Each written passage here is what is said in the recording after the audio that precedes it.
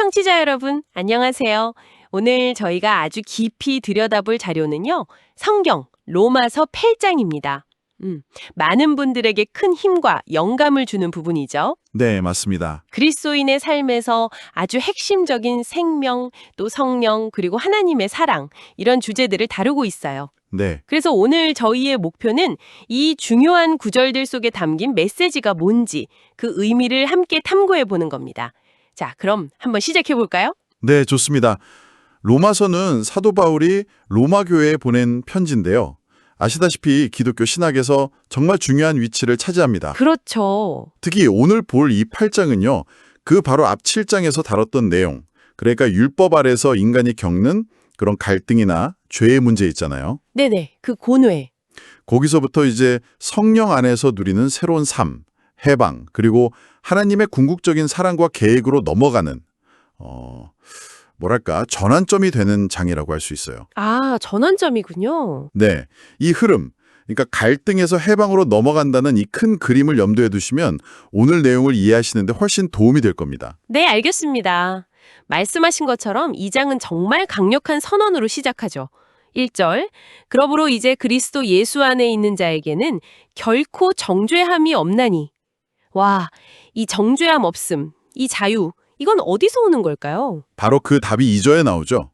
이는 그리스도 예수 안에 있는 생명의 성령의 법이 죄와 사망의 법에서 너를 해방하였음이라.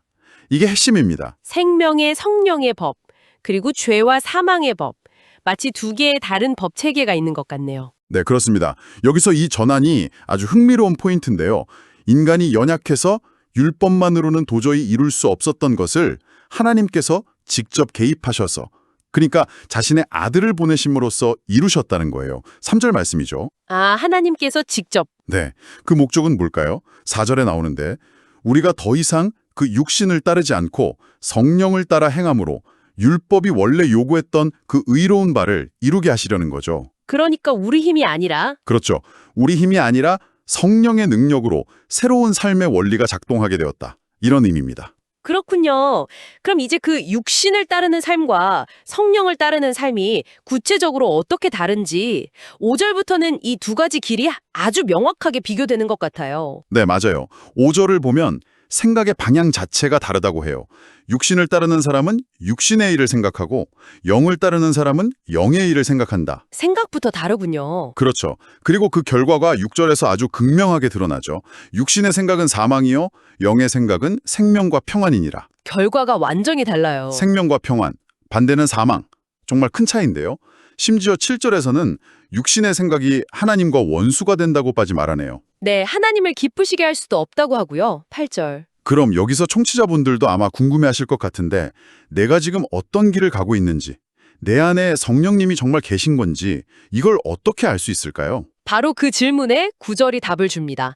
만일 우리 안에 하나님의 영, 다른 말로 그리스도의 영이 거하시면 우리는 더 이상 육신에 속한 게 아니라 영에 속했다는 겁니다. 아, 그게 증표군요. 네, 이게 바로 그리스도인의 정체성의 핵심 증표가 되는 거죠. 누구든지 그리스도의 영이 없으면 그리스도의 사람이 아니라고 아주 단호하게 선언해요. 네. 그리고 10절에는 좀 흥미로운 역설이 나와요. 그리스도가 우리 안에 계시면 죄 때문에 우리 몸은 여전히 죽은 것과 같지만 동시에 의 때문에 우리 영은 살아있다는 거예요. 몸은 죽었는데 영은 살아있다. 와, 정말 역설적이면서도 뭔가 큰 희망을 주는 말씀인데요. 이게 끝이 아니라는 느낌이 드네요. 맞습니다. 그 희망이 11절에서 더 분명해지죠. 예수를 죽음에서 다시 살리신 그 강력한 성령께서 우리 안에 계시다면 그 똑같은 능력으로 우리의 이 죽을 몸도 결국에는 살리실 거라는 약속입니다. 미래 부활에 대한 보증인 셈이죠. 아, 부활까지 연결되는군요. 네. 그리고 이 엄청난 약속은 바로 지금 현재 우리의 삶의 방식과 또 연결이 돼요. 12절과 13절은 우리가 더 이상 육신에게 빚진 사람처럼 그 요구대로 살 의무가 없다고 선언하죠. 빚진 자가 아니다. 오히려 정반대예요. 우리는 성령의 능력으로 몸의 악한 행실들을 죽여야만 참된 생명을 누릴 수 있다는 겁니다. 여기서 또 다른 역설, 죽여야 산다는 원리가 나오는 거죠. 이건 그냥 가만히 있는 게 아니라 성령의 힘을 의지해서 능동적으로 싸워 나가야 한다는 의미예요. 와, 죽여야 산다. 성령의 인도를 받는 삶의 결과는 단순히 죄를 이기는 것 그 이상인 것 같네요. 14절을 보니까 무릇 하나님의 영으로 인도함을 받는 사람은 곧 하나님의 아들이라 이렇게 말하는데요. 신분이 완전히 바뀌는 거네요. 그렇습니다. 아들이라는 표현은 그냥 아들이 아니라 법적인 상속권, 그리고 아주 친밀한 관계, 이 두 가지를 다 포함하는 말이에요. 아, 상속권까지? 네. 15절이 이 관계의 변화를 더 설명해 주는데, 우리가 받은 영은 더 이상 우리를 두려움에 떨게 하는 종의 영이 아니라는 거예요. 대신 우리를 하나님의 자녀로 삼으시는 양자의 영을 받았다고 하죠. 양자의 영. 그래서 하나님을 향해서 아바 아버지 이렇게 부를 수 있게 된다는 겁니다. 이 아바라는 말이 아람어인데 어린아이가 아버지를 아주 친근하게 부르는 아빠 같은 뉘앙스거든요. 아빠, 아버지. 네, 하나님과의 관계가 어떤 격식이나 두려움이 아니라 아주 깊은 친밀함과 신뢰의 관계로 바뀌었다는 걸 보여주는 정말 감동적인 표현이죠. 와, 아빠, 아버지라고 부를 수 있다는 거 정말 놀라운 변화인데요. 마치 거리감이 완전히 사라지고 정말 가족이 된 느낌이에요. 그럼 이 자녀됨은 어떻게 우리가 확신할 수 있을까요? 16절이 바로 그 답을 줍니다. 성령께서 친히 직접 우리의 영과 함께 우리가 하나님의 자녀라는 사실을 증언해 주신다는 거예요. 아, 성령님이 증언해 주시는군요. 네, 이건 뭐 밖에서 오는 증거가 아니라 우리 내면에서부터 오는 깊은 확신과 깨달음 같은 거죠. 그리고 자녀가 된다는 것은 곧 상속자가 된다는 뜻이잖아요. 17절에 나오죠. 네, 17절. 하나님의 상속자, 그리고 더 나아가서 그리스도와 함께하는 공동 상속자. 와, 이건 뭐 우리가 상상할 수 있는 가장 큰 특권이죠. 공동상속자. 그런데 여기서 중요한 조건이 하나 붙어요. 우리가 그리스도와 함께 영광을 받으려면 그분과 함께 고난도 받아야 한다는 겁니다. 아, 고난. 네, 이건 그리스도인의 삶에서 고난이라는 것이 그냥 선택사항이 아니라 영광으로 가는 길에 반드시 포함되는 부분이라는 걸 분명히 보여주는 거죠. 고난이 영광이랑 연결된다는 점이 참 흥미롭네요. 근데 당장 겪는 고난은 너무 힘들게 느껴질 수 있잖아요. 이 부분에 대해서는 어떻게 이야기하나요? 바로 그 점을 18절에서 다룹니다. 현재 우리가 겪는 고난이 분명히 실제적이고 힘들지만 그 고난은 장차 우리에게 나타날 영광과는 비교할 수 없을 만큼 작다는 거예요. 비교 자체가 안 된다는 거죠. 비교할 수 없다. 네, 고난의 무게를 부정하는 게 아니라 그걸 인정하면서도 그것을 훨씬 압도하는 미래의 영광에 대한 확실한 소망을 제시하는 겁니다. 그리고 이 소망은 놀랍게도 우리 인간에게만 해당되는 게 아니에요.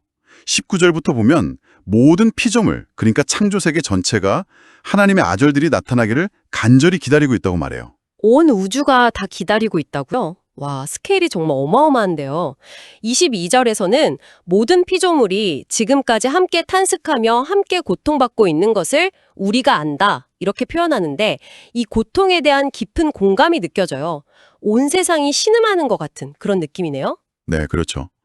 피조물이 이렇게 허무한데 굴복하게 된 것, 20절. 이건 스스로 원해서 그런 게 아니라 아담의 죄 이후에 하나님의 심판 아래 놓이면서 그렇게 되었다는 설명입니다. 하지만 절망적인 상태로 끝나는 게 아니에요. 21절을 보면 이 피조물에게도 소망이 주어졌는데 언젠가는 이 썩어짐의 종로로 돼서 해방되어서 하나님의 자녀들이 누리게 될 그 영광스러운 자유에 함께 이르게 될 것이라는 기대입니다. 피조물에게도 소망이. 네. 이 우류적인 탄식과 기다림은 성령을 이미 선물로 받은 우리 신자들의 내면적인 탄식과 또 연결이 됩니다. 23절. 우리 역시 아직 몸의 완전한 구속, 그러니까 최종적인 구원을 기다리고 있기 때문에 속으로 탄식함에 신음한다는 거죠. 아, 우리도 탄식한다. 네. 이건 우리가 성령을 받았음에도 불구하고 여전히 이 땅에서 불완전함과 씨름하고 있는 우리의 현실을 아주 솔직하게 인정하는 부분이에요. 그렇다면 이 탄식하고 기다리는 시간 속에서 우리는 어떤 자세로 살아야 할까요? 소망이 있다는 건 알겠는데 그 소망이 당장 눈에 보이지 않으니까 좀 막막할 수도 있을 것 같아요. 그래서 24절과 25절이 소망과 인내를 강조하는 겁니다. 우리는 이미 소망으로 구원을 받았지만 그 소망의 대상은 아직 눈에 보이지 않는 미래의 완성이잖아요. 그렇죠. 눈에 보이는 걸 바라는 건 진정한 소망이 아니죠. 그러므로 우리가 아직 보지 못하는 그 완전한 구원을 소망한다면 인내하면서 기다려야 한다는 겁니다. 인내. 여기서 인내는 그냥 수동적으로 시간을 보내는 게 아니라 현재의 어려움과 탄식 속에서도 그 소망을 굳게 붙들고 견뎌내는 아주 능동적이고 적극적인 자세를 의미해요. 이 소망이 있기 때문에 현재의 고난이 우리를 절망으로 끌고 가지 못하는 거죠. 이렇게 탄식하면서 인내로 기다리는 동안 우리가 혼자 힘들어하는 게 아니라는 점도 정말 큰 위로가 되는 것 같아요. 26절 말씀인데요. 우리가 너무 연약해서 마땅히 무엇을 기도해야 할지 모를 때조차도 성령께서 말로 다 표현할 수 없는 깊은 탄식으로 우리를 대신해서 간구해 주신다는 거, 이건 정말 우리가 완전히 바닥에 있다고 느낄 때조차 누군가 나를 위해 기도해 주고 있다는 엄청난 보증 아닌가요? 정확히 그렇습니다. 우리 자신의 기도가 너무 부족하고 연약하게 느껴질 때 바로 그때 성령께서 가장 깊은 차원에서 우리를 위해 중보하고 계시다는 거죠. 아, 그리고 27절은 더 나아가서 우리의 마음을 꿰뚫어 보시는 하나님께서는 성령의 생각이 무엇인지 아신다고 말해요. 왜냐하면 성령께서는 언제나 하나님의 뜻에 완벽하게 일치하게 성도들을 위해 간구하시기 때문이죠. 와, 우리의 서툰 기도마저도 성령님을 통해 하나님의 뜻과 연결된다니 놀라운데요. 네. 그리고 바로 이어서 아마 로마서 8장에서 가장 많이 인용되는 구절 중 하나일 텐데요. 28절이 나옵니다. 우리가 알거니와 하나님을 사랑하는 자, 곧 그의 뜻대로 부르심을 입은 자들에게는 모든 것이 합력하여 선을 이루느니라. 아, 그 유명한 구절. 모든 것이 합력하여 선을 이룬다. 정말 대단한 약속입니다. 여기서 모든 것에는 우리가 겪는 좋은 일뿐만 아니라 고통스러운 일, 심지어 우리의 실패까지도 다 포함될 수 있다는 건가요? 네, 문맥상 그렇게 해석하는 것이 자연스럽습니다. 우리가 이해할 수 없는 고난이나 역경까지도 포함한 모든 상황이 결국에는 하나님을 사랑하고 그분의 부르심을 받은 사람들에게는 궁극적인 선, 즉 하나님의 선하신 목적을 이루는 방향으로 사용된다는 것입니다. 모든 상황이요? 네, 이건 개별 사건 하나하나가 다 좋다 이런 의미라기보다는 그 모든 것을 통해서 하나님께서 자신의 선한 계획을 이루어 가신다는 아주 주권적인 약속에 가깝죠. 어떻게 그럴 수 있을까 정말 궁금해지는데요. 그 근거가 혹시 이어지는 구절들에 담겨 있나요? 맞습니다. 29절과 30절은 이 합력하여 선을 이루시는 하나님의 역사가 어떻게 가능한지를 보여주는 하나님의 구원 계획의 파노라마라고 할 수 있어요. 흔히 황금사슬이라고도 부르죠. 황금 사슬이요? 네, 하나님께서 영원 전부터 미리 아신 사람들을 자기 아들의 형상을 담게 하시려고 미리 정하시고 그렇게 정하신 사람들을 역사 속에서 부르시고 소명, 부르신 사람들을 믿음을 통해 의롭다고 선언하시고 칭의, 의롭다고 하신 그들을 마지막에는 완전한 영광의 상태에 이르게 하실 것, 영화이라는 시작부터 완성까지 쭉 이어지는 하나님의 확고한 계획입니다. 와, 이 과정 전체를 하나님께서 주도하시고 이끄시기 때문에 중간에 실패하거나 끊어질 염려가 없다는 거죠. 우리의 구원이 얼마나 안전하고 확실한 기반 위에 서 있는지를 보여주는 강력한 논증입니다. 와, 영원 전부터 영원 후까지 이어지는 하나님의 계획이라니 정말 압도적이네요. 그렇다면 이 모든 것을 바탕으로 이제 2장의 마지막 부분은 그야말로 승리의 외침으로 나아갈 수밖에 없겠군요. 네, 31절부터는 정말 승리의 계가입니다. 그런즉 이 일에 대하여 우리가 무슨 말하려? 만일 하나님이 우리를 위하시면 누가 우리를 대적하려? 이 질문 답은 정해져 있죠. 아무도 없다는 겁니다. 그렇죠. 32절은 더 강력한 논증을 제시해요. 우리 모두를 위해서 자기 아들까지 아낌없이 내어주신 하나님께서 그 아들과 함께 다른 모든 좋은 것들을 우리에게 선물로 주시지 않겠느냐는 거죠. 아, 가장 귀한 것을 주셨으니. 그렇죠. 가장 귀한 걸 주셨으니 나머지는 당연히 주실 거라는 확신입니다. 33절과 34절도 비슷한 맥락의 질문들이 이어지네요. 누가 감히 하나님께서 선택하신 사람들을 고소하거나 정죄할 수 있겠냐. 그럴 수 없는 이유가 분명하죠. 우리를 의롭다고 하신 분이 바로 하나님이시고 우리를 위해 죽으시고 부활하셔서 지금도 하나님 보좌 우편에서 우리를 위해 간구하시는 분이 그리스도 예수이시기 때문이라는 거죠. 네, 재판장이자 변호인이 우리 편이니 누가 우리를 불리하게 만들겠어요. 맞아요. 이 모든 것은 정말 절대적인 안전함, 흔들리지 않는 확신을 의미하는 것 같습니다. 그렇습니다. 바울은 이 확신이 얼마나 강력한지를 보여주기 위해 당시에 그리스도인들이 실제로 겪었을 법한 온갖 종류의 어려움들을 35절에서 쭉 열거해요. 환난, 곤고, 극심한 고통이죠. 박해, 굶주림, 헐버듬, 위험, 심지어 칼, 순교의 위협까지. 이런 것들이 과연 우리를 그리스도의 사랑에서 끌어낼 수 있겠느냐 이렇게 묻는 거죠. 네. 심지어 36절에서는 시편을 인용하면서 우리가 마치 도살당할 양처럼 여겨져서 종일 죽임당하는 것 같은 그런 현실에 처할 수도 있다는 것을 인정해요. 현실의 고통을 외면하지 않으면서도 네, 바로 그 현실 속에서 37절은 이렇게 선포합니다. 그러나 이 모든 일에 우리를 사랑하시는 이로 말미암아 우리가 넉넉히 이기느니라. 넉넉히 이긴다. 네, 이 넉넉히 이긴다는 표현이 원어상으로는 압도적으로 승리한다, 정복자 이상이다 이런 의미를 가져요. 단순히 어려움을 그냥 견뎌내는 수준을 넘어서 그 어려움들을 오히려 딛고 더 큰 승리를 경험하게 된다는 거죠.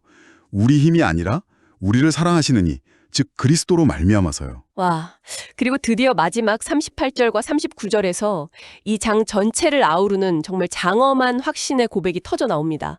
정말 모든 것을 다 걸고 선언하는 느낌인데요. 맞습니다.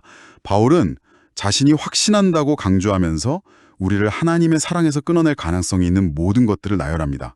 사망이나 생명 같은 실존적인 경계, 천자들이나 권세자들 같은 영적인 존재들, 현재일이나 장래일 같은 시간적인 차원, 능력이나 높음이나 깊음 같은 공간적 세력적 차원, 그리고 마지막으로 다른 어떤 피조물이라도, 그 어떤 것도. 네, 상상할 수 있는 그 어떤 것도 우리를 우리 주 그리스도 예수 안에 있는 하나님의 사랑으로부터는 결코 절대로 끊어낼 수 없다는 것입니다.